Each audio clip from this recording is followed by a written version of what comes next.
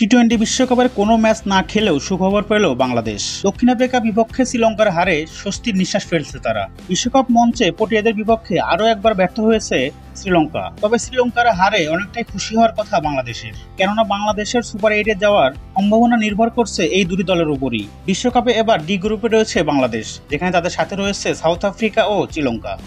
এর মধ্যে আবার বড় দলগুলোর বিপক্ষে অঘটন ঘটানোর স্বপ্ন দেখছে নেপাল এবং নেদারল্যান্ডস। 5 দলের এই গ্রুপ থেকে সুপার 8-এ যাবে মাত্র 2টি দল এবং প্রত্যেক দলের রয়েছে 4টি করে ম্যাচ, যার মধ্যে 3টি ম্যাচ জিততেই হবে। তবে সেই দৌড়ে এখন অনেকটাই পিছিয়ে গেছে শ্রীলঙ্কা, কেননা প্রথম ম্যাচে সাউথ আফ্রিকার কাছে ধরাশায়ী হতে হয়েছে ওয়ানিন্দু হাসারাঙ্গার দলকে। যে কারণে এখন সুপার 8-এ যেতে হলে গ্রুপ পর্বে সবগুলো ম্যাচ জিততে হবে শ্রীলঙ্কাকে। অন্যদিকে প্রথম ম্যাচ শ্রীলঙ্কার বিপক্ষে জিতে সুপার 8-এর দৌড়ে অনেকটাই এগিয়ে গেছে দক্ষিণ আফ্রিকা, কেননা ডি গ্রুপের সবচেয়ে কঠিন দলের বিপক্ষে জয় পেয়ে গেছে প্রোটিয়ারা। বাকি 3 ম্যাচের মধ্যে যে কোনো 2টি ম্যাচ জিততে পারলেই সুপার 8-এ চলে যাবে দক্ষিণ আফ্রিকা। তবে কোনো ম্যাচ না খেলেও স্বস্তির বাতাস বইছে টাইগার শিবিরে, কেননা দক্ষিণ আফ্রিকার এই জয়ে বাংলাদেশের সুপার 8-এ যাওয়ার পথটা অনেকটাই সুগম হয়েছে।